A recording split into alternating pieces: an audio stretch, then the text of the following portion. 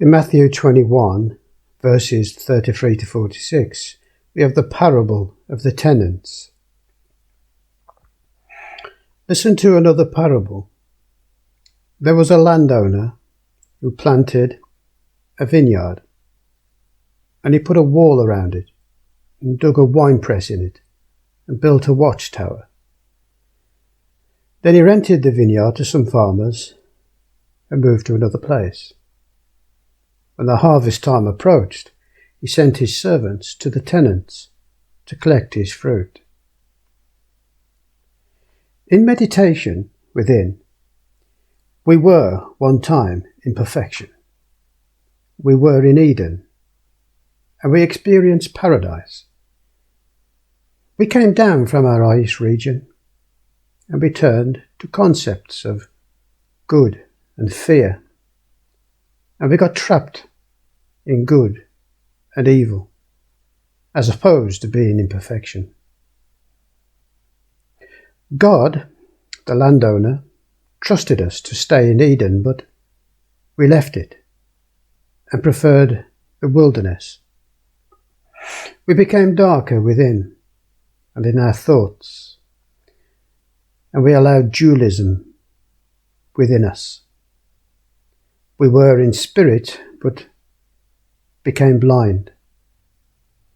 We came down from our spiritual high place and travelled deep into the valley. And we were blind to spiritual consciousness. But God constantly pulls us to come back up to our spiritual high place. This is where the vineyard is. Vineyard, symbolizing spirit that forever is. Within, we knew servants, angels, came to help us. Come back up and make sure all is well in spiritual consciousness. We must not neglect the vineyard, the spiritual consciousness. We have to tend it and make sure there are no weeds in there.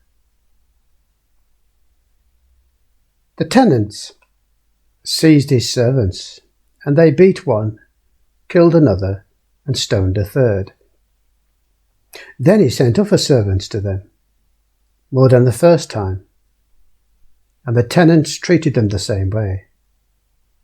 Last of all, he sent his son. They will respect my son, he said. Within, we took the angels and beat one.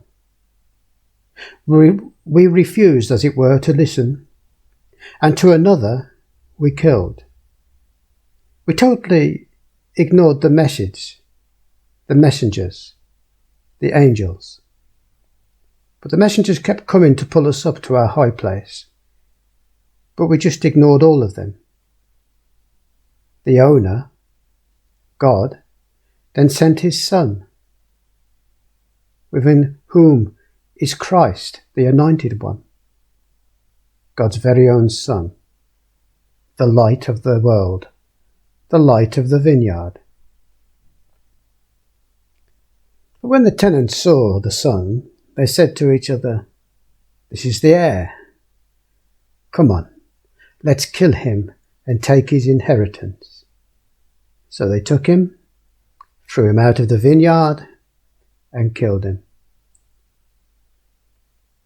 Within, even though Christ, the light, comes down to where we are, in our valley of darkness, we kill him. The plural we here represents all the confused thoughts, all the insane concepts based on good and evil, mixing us all up. So we can't even stand now to have Christ in our presence. We don't like the light. We prefer to be in our darkness. Our thoughts and concepts feel, if we get rid of the sun, the light,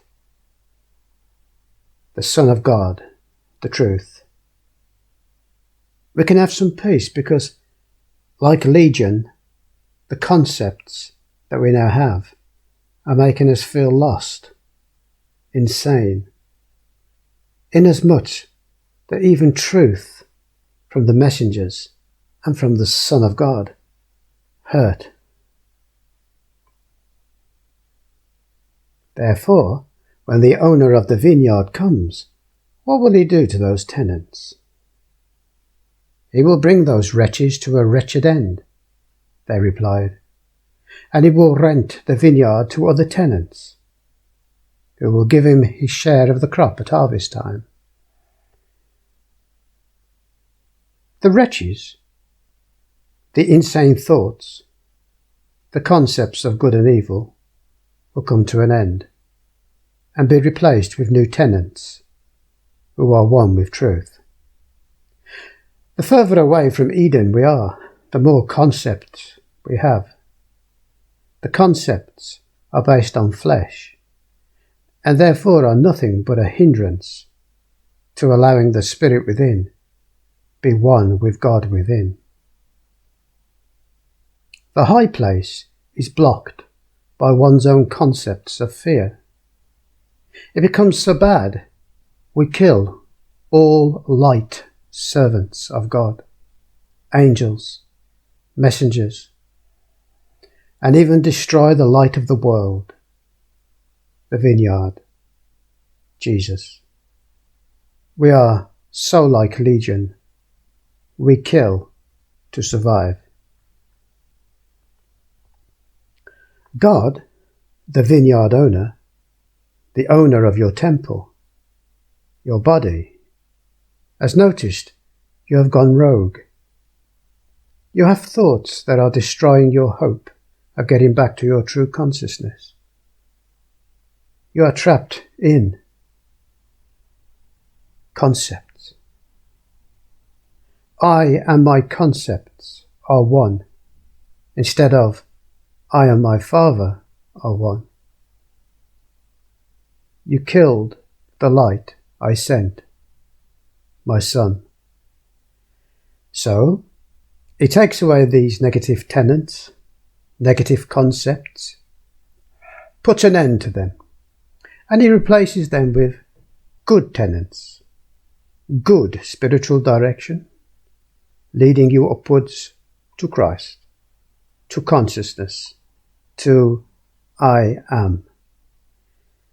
Jesus said to them, "Have you never read in the Scriptures, the stone the builders rejected has become the cornerstone? The Lord has done this, and it is marvelous in our eyes. Therefore, I tell you that the kingdom of God will be taken away from you and given to a people who will produce its fruit. Anyone who falls on this stone will be broken to pieces. Anyone on whom it falls will be crushed." When the chief priests and the Pharisees heard Jesus' parables, they knew he was talking about them, and they looked for a way to arrest him. But they were afraid of the crowd, because the people held that he was a prophet. Jesus is seen as a rock, and a rock that is a foundation in your high place of spiritual consciousness, or a rock that will crush you. Notice you are even standing on a good foundation, or you're in the low regions, and therefore the rock will fall on you and crush you. No negative untruth concepts can come into the high place. The cornerstone, the rock, is Jesus. If you listen to the angels, messengers, you can come above. If you listen to Jesus, you can rise even quicker. But if you do not listen to angels and the Son, you will see a rock that will crush you, because you are refusing to die to one's concept. Now, the Pharisees are hard-lined religionists, Old Testament, thou shalt not, full of little rocks to stone you with. Self-righteous, self-loathing, They are mentioned here because they are you without Christ. We become a Pharisee when we do not have the cornerstone, Christ. Our house is made up of stones of fear. We fear and are so much in the dark that we have built up concepts to keep us safe. Light, in any form, cannot come in. We prefer the darkness. We follow the traditions of men. If we could, we would kill Jesus right now. But God has killed our tenets, our concepts. And now there is a crowd around Jesus, higher consciousness within, and this crowd sees him for what he is. I am. There's so much here in this parable. It's like a field that has so many crops of beautiful fruit. It's telling you, straight, listen, the vineyard is spiritual. Stay with it and listen to the angels and Jesus who want you to reap the spiritual truth of consciousness. Don't kill the messengers, and certainly do not kill the Christ within, or a drastic turn of events will take place within, and you'll become insane and won't know your hand from your elbow. Do you want to have the cornerstone, make your house strong, or do you want a rock that will crush your house? Either way, within, you are coming to oneness in spiritual consciousness. But is it not better to let God look after the vineyard, your spiritual house, and not for you to take it over and make it a wilderness, make it a prison? Be the servant's, angel's friend. Be Jesus' friend, and all rise up together. Finally, remember, in the vineyard there is a watchtower, and your Creator, consciousness within, observes all that you do within. Nothing goes amiss.